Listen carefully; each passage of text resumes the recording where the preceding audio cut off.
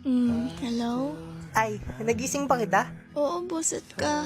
Ano yan? Sorry. Pwede ba kitang yayain? Gala naman tayo. Tulad ng dati. Oo naman. Para ka namang others niyan eh. Yun, sunduin na lang kita dyan sa inyo.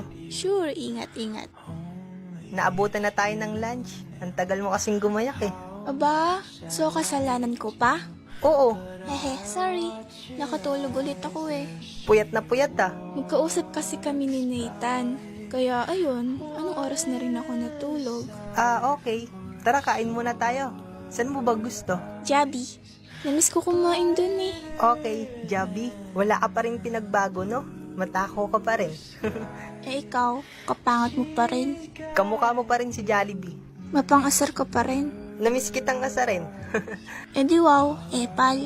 Kamusta naman kayo ni Nathan? Kami ni Nathan? Oo, relasyon yung dalawa. Kamusta? Oh, speaking of Nathan, wait lang, sagutin ko lang.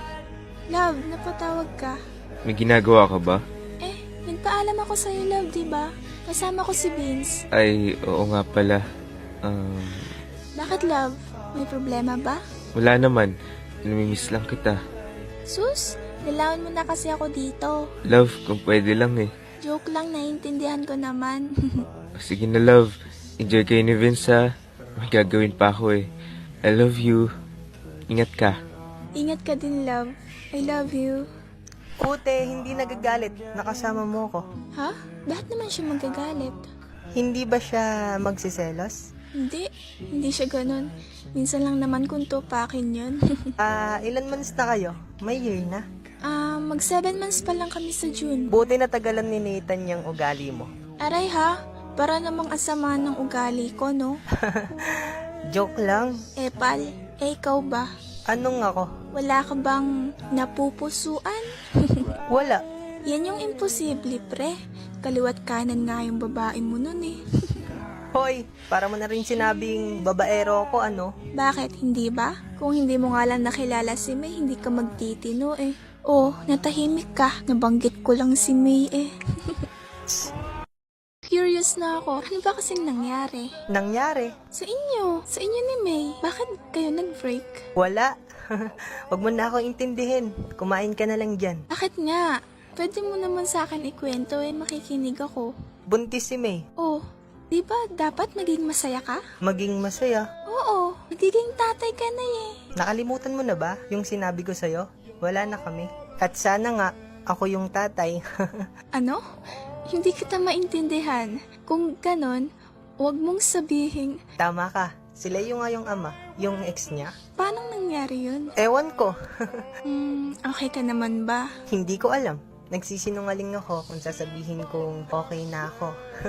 Dahil ngayon, hindi ko pa rin matanggap na yung babaeng gusto kong makasama habang buhay ay bumubuo na ng pamilya sa iba. So, hanggang ngayon, mahal mo pa rin? Nakakalungkot man pero oo, mahal ko pa rin. At sobrang sakit kasi akala ko siya na, yun na. Pero hindi pa pala.